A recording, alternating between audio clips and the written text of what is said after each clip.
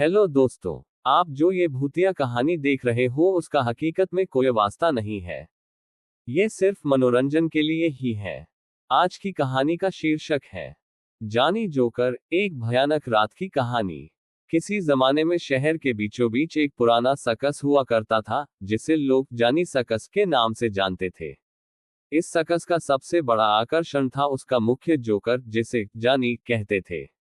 जानी का नाम सुनते ही बच्चों के चेहरे पर हंसी आ जाती, लेकिन सर्कस के कलाकारों और वहां के कर्मचारियों के बीच जानी के नाम से खौफ फैल जाता।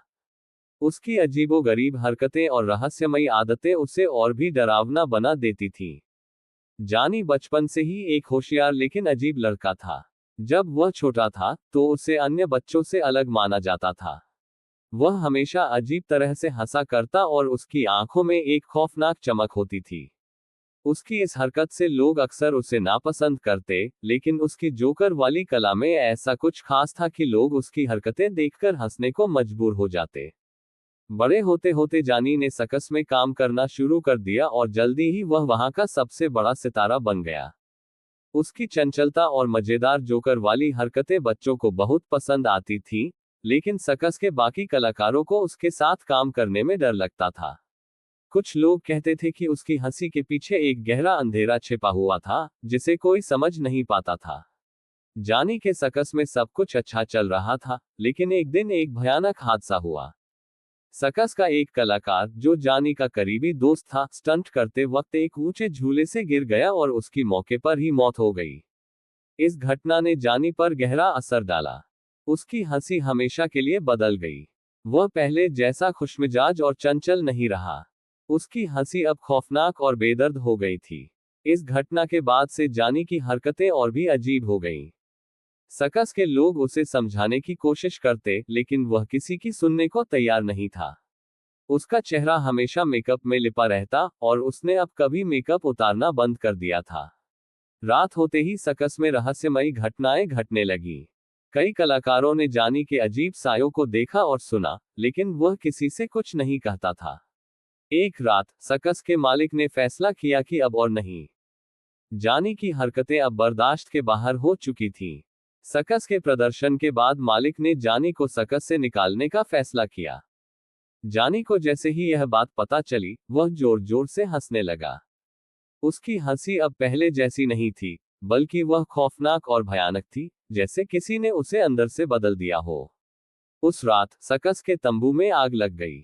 आग इतनी भयानक थी कि पूरे सर्कस को जलाकर खाक कर गई। कोई नहीं जानता कि आग कैसे लगी, लेकिन कुछ लोगों का मानना था कि जानी ही इसके पीछे था। जानी उस हादसे के बाद गायब हो गया। उसके बाद सर्कस हमेशा के लिए बंद हो गया और शहर में ये कहानी फैलने लगी कि जानी अब एक भूत बन चुका है। कई साल बाद सर्कस के खंडहर अब वीरान और खौफनाक जगह में बदल चुके थे। उस जगह पर अब कोई नहीं जाता था, क्योंकि लोग मानते थे कि वहां जानी का भूत घूमता है। लेकिन चार दोस्त अर्जुन, माया, नीरज और रीना इस कहानी पर यकीन नहीं करते थे। उन्हें ये सब सिर्फ एक पुरानी अफवाह लगती थी। वे चारों दोस्त एडवेंचर के शौकीन थे और उन्हें ऐसी जगहों पर जाकर सच्चाई का पता लगाना पसंद था।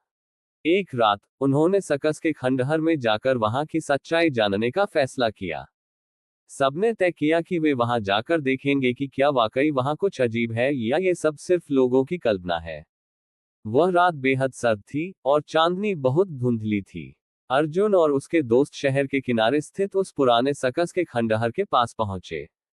चारों ने अपने अपने टॉर्च जलाए और धीरे धीरे खंडहर में कदम रखा। वहां का माहौल बेहद डरावना था। टूटी हुई झूले, बिखरी हुई लकड़ियां और जंग लगे पुराने सर्कस के सामान अब खंडहर में तब्दील हो चुके थे। जब वे अंदर पहुंचे तो हवा में एक अजीब सा सन्नाटा था। ऐसा लग रहा था जैसे कोई उन्हें देख रहा हो। माया ने धीरे से कहा, क्या तुम्हें भी ऐसा लग रहा है कि हमें कोई देख रहा है? अर्जुन ने हंसते हुए कहा, ये सिर्फ तुम्हारा वहम है। यहाँ कुछ भी नहीं है। लेकिन जैसे ही वे सर्कस के पुराने मुख्य तंबू के पास पहुंचे, अचानक उनकी टॉर्च की रोशनी झिलमिलाने लगी। कुछ दूर उन्हें एक साया नजर आया। ये साया बहुत डरावना था और उसकी आकृति जानी के पुराने जोकर वाली वेशभूषा से मिलती जुलती थी। साया धीरे धीरे उनके पास आने लगा। उसकी चाल धीमी और खौफनाक थी। वह जोकर का लिबास पहने था, लेकिन उसका चेहरा दिखाई नहीं दे रहा था। जैसे ही वह उनके पास आया, उनकी टॉर्च की रोशनी पूरी तरह से बंद हो गई। अब चारों अंधेरे में घिर चुके थे और उनकी धड़कनें तेज हो गई थी। नीरज ने डरते हुए कहा, हमें यहाँ से निकल जाना चाहिए। ये जगह सही नहीं लग रही।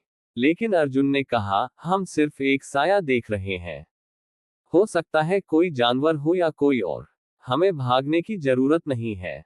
तभी उस साये ने एक जोरदार हंसी छोड़ी, और वह हंसी बिल्कुल वैसी थी जैसी जानी की हंसी होती थी। ये हंसी इतनी भयानक थी कि सबके रोंगटे खड़े हो गए। साये ने धीरे से कहा, तुम लोग यहाँ क्यों आए हो? क्या तुम भी सर्कस का हिस्सा बनना चाहते हो? अर्जुन ने साहस दिखाते हुए कहा, हम यहाँ सिर्फ ये जानने आए हैं कि इस सर्कस के बारे में जो कहानियां सुनी हैं, वो सच है या नहीं। हम किसी को परेशान नहीं करना चाहते। लेकिन साया जोर से हंस पड़ा और बोला, सच जानना चाहते हो? फिर देखो, मैं तुम्हें सच्चाई दिखाता हूँ। इतना कहकर साया गायब हो गया और चारों दोस्तों को एक अजीब सी ठंडक महसूस होने लगी। अचानक तंबू के चारों ओर से जोकर के चेहरों वाले साए उभरने लगे। वे सभी जोर जोर से हंस रहे थे और उनकी हंसी से पूरा माहौल गूंज उठा। माया ने घबराकर कहा, यह सही नहीं है। हमें यहां से भागना होगा। लेकिन जैसे ही वे भागने के लिए मुड़े, उनके सामने जानी का साया खड़ा हो गया। उसकी आंखों में अजीब सी चमक थी, और उसने जोर से चीखते हुए कहा, अब तुम सब मेरे सर्कस का हिस्सा हो। इसके बाद उन चारों ने जो देखा, वह किसी भी कल्पना से परे था। जानी का साया धीरे धीरे उनके चारों ओर घूमने लगा, और वे सभी अजीब तरीके से बेहोश होकर जमीन पर गिर पड़े। जब वे जागे, तो खुद को सर्कस के पुराने तंबू में बंधा हुआ पाया। उनके सामने जानी का जोकर चेहरा था, जो अजीब ढंग से हंस रहा था। अर्जुन और उसके दोस्त अब जानी के सर्कस का हिस्सा बन चुके थे। उन्हें अब सर्कस से कोई बाहर नहीं निकाल सकता था। जानी का भूत अब उनके साथ रहता था, और वे भी उस खौफनाक सर्कस के कैदी बन गए थे। अब वह सर्कस वीरान नहीं था, बल्कि वहां जानी के साथ उन चारों दोस्तों की आत्माएं भी कैद थीं। हर रात वहां से अजीब हंसी की आवाजें आती थीं, और जो भी उस सर्कस के पास जाता, वह वापस नहीं लौटता। जानी जोकर की कहानी अब भी उस सर्कस के खंडहर में जीवित है, और हर रात उसकी हंसी उस वीरान जगह को और भी खौफनाक बना देती है। आप हमारे चैनल स्टोरी वाला को सब्सक्राइब करें और बेल आइकन जरूर दबाएं। धन्यवाद।